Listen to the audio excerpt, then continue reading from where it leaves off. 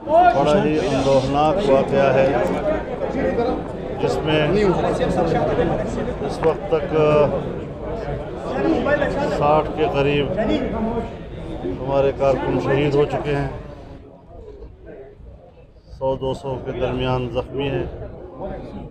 मैं ज़ख्मियों की इयादत के लिए अस्पताल आया, CMH में भी गया। हमारे प्राइम मिनिस्टर साहब, आर्मी चीफ दोनों वहाँ मरीजों से मिले, उनके साथ यकजहती का इजहार किया, हमदर्दी का इजहार किया। मैं बड़े मिले जुले जज्बात हैं मेरे कि जिनको तसल्ली देने के लिए मैं आया था वो आज मुझे तसल्ली दे रहे हैं। मैं इनके हौसले को सलाम। इंशाअल्लाह ये हालात का एक जबर है और बहुत बड़ा तारीख़ का एक सियाह वाक़या है, लेकिन आजमाइशें हैं, कौमों पे आती हैं, उम्मत पे आती हैं, जमातों पे आती हैं। हमारे साथियों ने बड़े हौसले के साथ इस आजमाइश का मुकाबला किया है। इस हादसे के बावजूद उनके हौसले बहुत बुलंद हैं और मैं उनके हौसलों को सलाम करता हूँ, और बल्कि मुझे उन्होंने हौसले दिए कि आप भी फिक्र रहे और कोई हमारे लिए आप फिक्रमंद हैं, हम शिफायाब होंगे इंशाअल्लाह और फिर इन नेक मकासद के लिए अपना जद्दोजहद जारी रखें।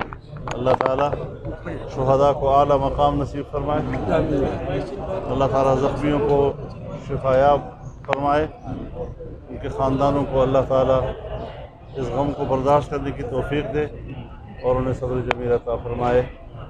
बहरहाल आजमाइश की इस घड़ी में मैं पूरी कौम का भी शुक्रगुज़ार हूँ, बैरून मुल्क बहुत से जमातों, तंजीमों की तरफ से, हुकूमतों की तरफ से जो इस वाक़े की मज़म्मत की गई है। मैं सबका शुक्रगुज़ार हूँ कि उन्होंने हमारे साथ हमदर्दी का इज़हार किया। इस हालात में क्या इलेक्शन हो सकते हैं, क्या समझते हैं? ये भी बताइए साथ कि क्या कौन आपको टारगेट कर रहा है, ख़ुसूसन बाजोड़ में JUI जो है मुसलसल टारगेट हो रही है, फिर ये जो वाक़या हुआ है ख़ुसूसन जिसमें 50 से ज़्यादा लोग इसमें शहीद हो गए हैं, कौन टारगेट कर रहा है JUI को? देखिए, वो तो जिन्होंने टारगेट किया है उन्होंने जिम्मेदारी भी कबूल की है, लेकिन ये हम उनको बता देना चाहते हैं कि जमीयत उलमा इस्लाम पाकिस्तान में जय्यद उलमा किराम का सबसे बड़ा फोरम है। तमाम दीनी मदारिस, उनके उलमा, असातिज़ा किराम सब के सब इस रविश को खिलाफ शरीयत कहते हैं। असलहे की इस जंग को पाकिस्तान में गैर शरई करार देते हैं और कुछ लोगों को कोई हक़ हासिल नहीं है कि वो एक मुसलमान का खून बहाए। बग़ैर बेगुनाह मुसलमान का खून बहाना, नबी अलैहिस्सलातु वस्सलाम ने फरमाया कि पूरी दुनिया की तबाही अल्लाह के लिए आसान है, लेकिन अल्लाह पर एक मोमिन का कत्ल बहुत बड़ा।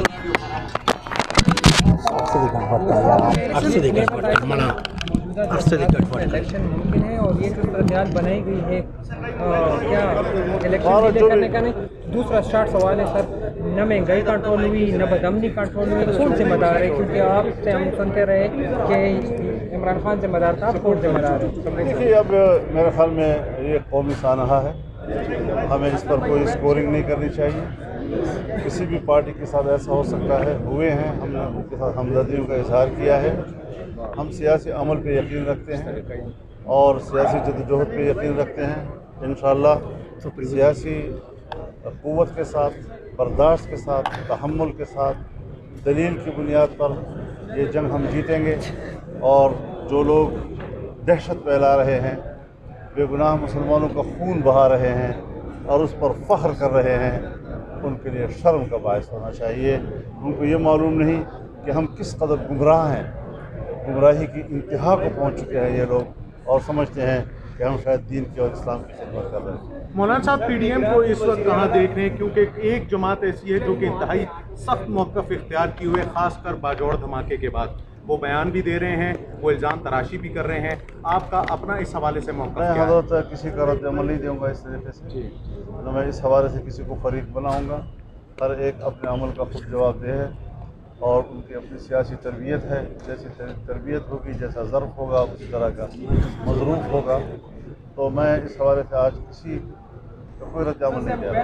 हमने बर्दाश्त किए हैं, पहले भी बर्दाश्त किए हैं, आगे भी हम बर्दाश्त करेंगे। हम तहम्मुल वाले लोग हैं और हमने ये फ़ैसला किया है कि जमीयत उलमाए इस्लाम न अपना नज़रिया छोड़ेगी और न उस नज़रिए के लिए हमारा जो अमल करने का रवैया है न उस रवैये को छोड़ेगी।